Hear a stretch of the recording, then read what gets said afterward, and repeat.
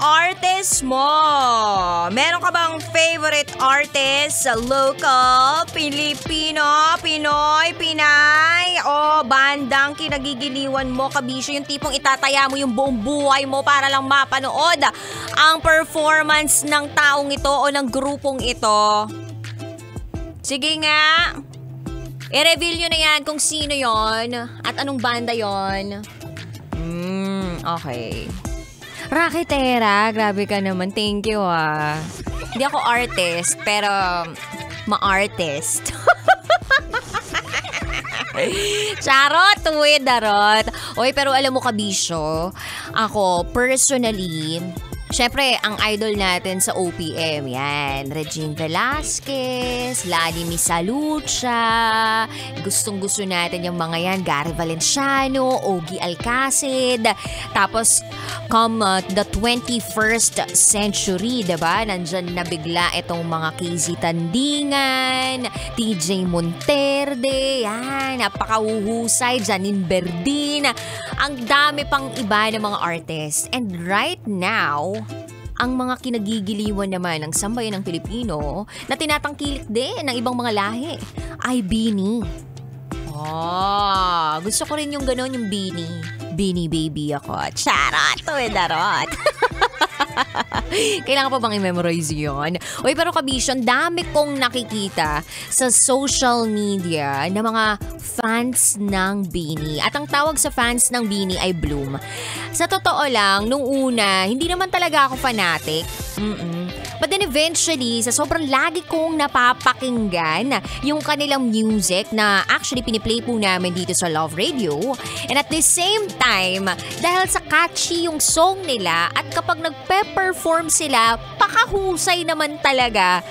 Naging fan na ako. Feeling ko nga addict na ako Sa totoo lang, parang yung laman ng feed ko, yung algorithm ng social media ko ngayon, puro Bini. Oo.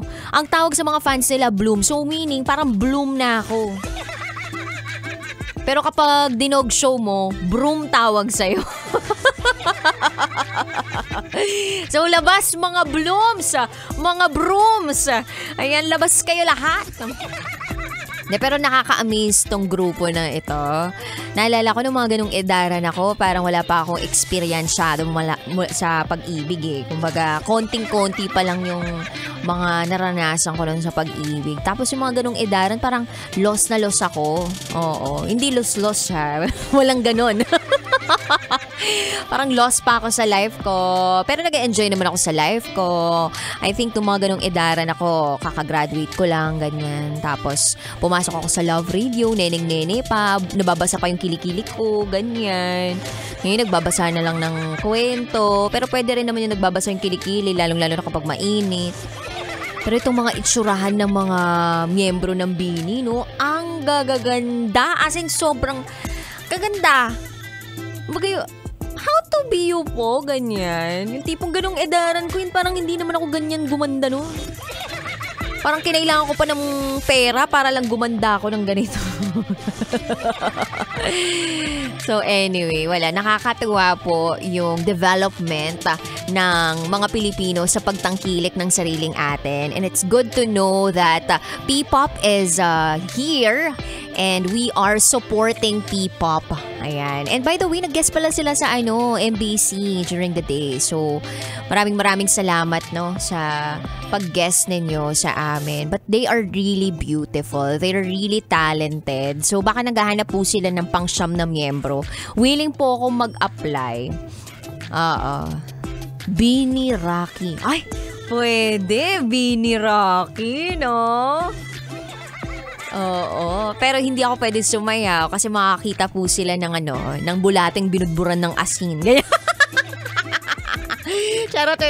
Pero sinong bias ko doon? May mga nagtatanong, sinong bias mo sa Bini? Dati hindi ko naiintindihan yung mga bias na ganyan Ang alam ko kasing bias kapag kinampihan ng teacher mo yung kaklase mo tas di ka malang pinakinggan, yun bias yun, diba? Ngayon, iba pala yung meaning ng bias para sa mga mga Gen Z. So, ito yung parang favorite mo, parang ito yung sinistan mo, ganon. Ito yung mga hinahangaan mo, ganon. So, parang sino yung parang main character para sa'yo, yan. So, sa akin, Nakita ko na eh. Sabi ko parang ito kahawig ko. Oo. Si Beanie Aya.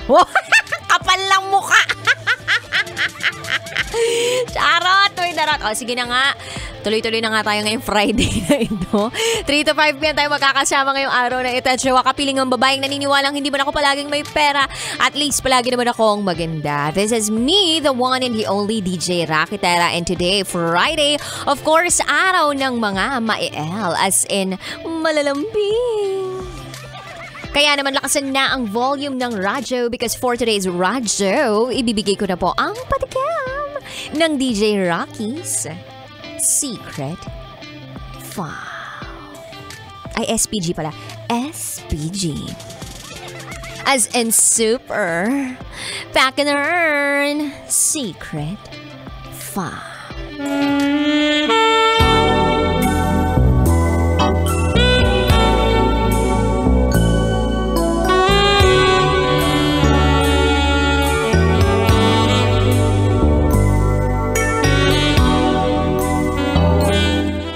Hindi kaagad pumutok ang bomba sa gitna ng kalsada. Oy! Hindi agad pumutok ang bomba sa gitna ng kalsada. Anong pasabog ito ng ating SPG Secret File Sender? Ang pasabog ba na ito ay nakakayanig or masyadong mabantot? Abangan niyo po yan sa aking pagbabalik. Kasama niyo po si DJ Rocky and you are listening here sa stasyong number 1, 90.7 Law Radio. Kailangan pa bang i-memorize yan? Basic. Up next is DJ Rocky's SPG as in super. Back in earn, Secret File. Sinira ng tatay ko ang pagkababae ko. Siya. May secret affair kami ng office mate ko. Hindi ko matigilan kasi sobrang galing niya sa... Rocky's Secret Files. Secret Files. It's the kind of bleep you never knew existed. Kunwari inosente, pero boy naman pala. Rocky's Secret Files. Secret Files. Kailangan pa bang i-memorize yan? Love Radio Basic!